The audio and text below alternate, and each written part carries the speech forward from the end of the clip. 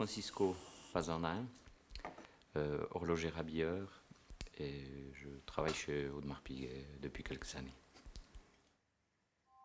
Les montres ne marchent plus à un moment donné. Pourquoi? Parce que soit elles ont été bricolées par d'autres personnes, soit elles ont vécu aussi beaucoup d'années, il y a de l'usure. On les démonte, on refait des pièces s'il y a besoin, entièrement à la main, donc on part de la matière. On suit toutes les étapes avec des marches à suivre et jusqu'au tic-tac et on arrive au bout avec la dernière pièce. Quand on ferme le couvercle, là, je crois qu'on est un petit peu fiers de nous quand même.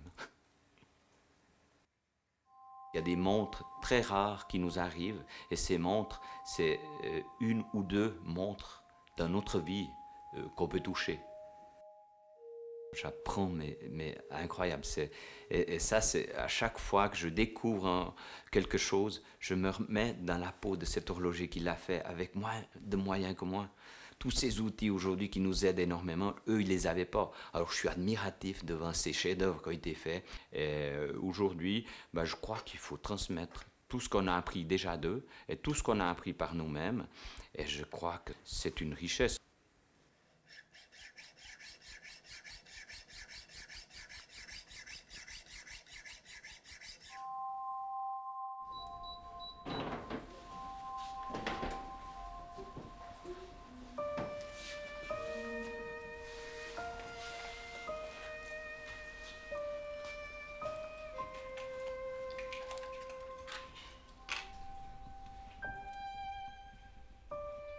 C'est une mémoire vivante, c'est une mémoire physique, c'est des plans physiques qu'on a, on n'a rien d'autre. Et je trouve que c'est très important de le garder et en plus le nourrir, puisque quand on refait des pièces, on le refait en plusieurs exemplaires. Et il y a un ou deux exemplaires qui viennent, qui enrichissent, qui nourrissent ce stock d'anciennes fournitures.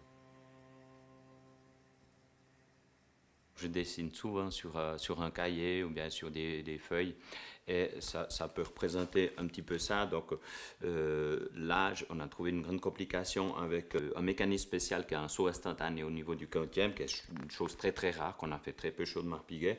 Et ici, un système qu'on appelle l'arrêtage et en dessous, une sécurité pour le chrono de façon à ce que l'aiguille ne recule pas quand on la remet à zéro. Et derrière, on peut voir un croquis d'un axe de balancier. C'est une pièce qu'on refait souvent et parfois ben, on descend jusqu'à des mesures d'un millimètre et demi pour la hauteur de l'axe de balancier. Donc on ne voit presque pas à l'œil nu.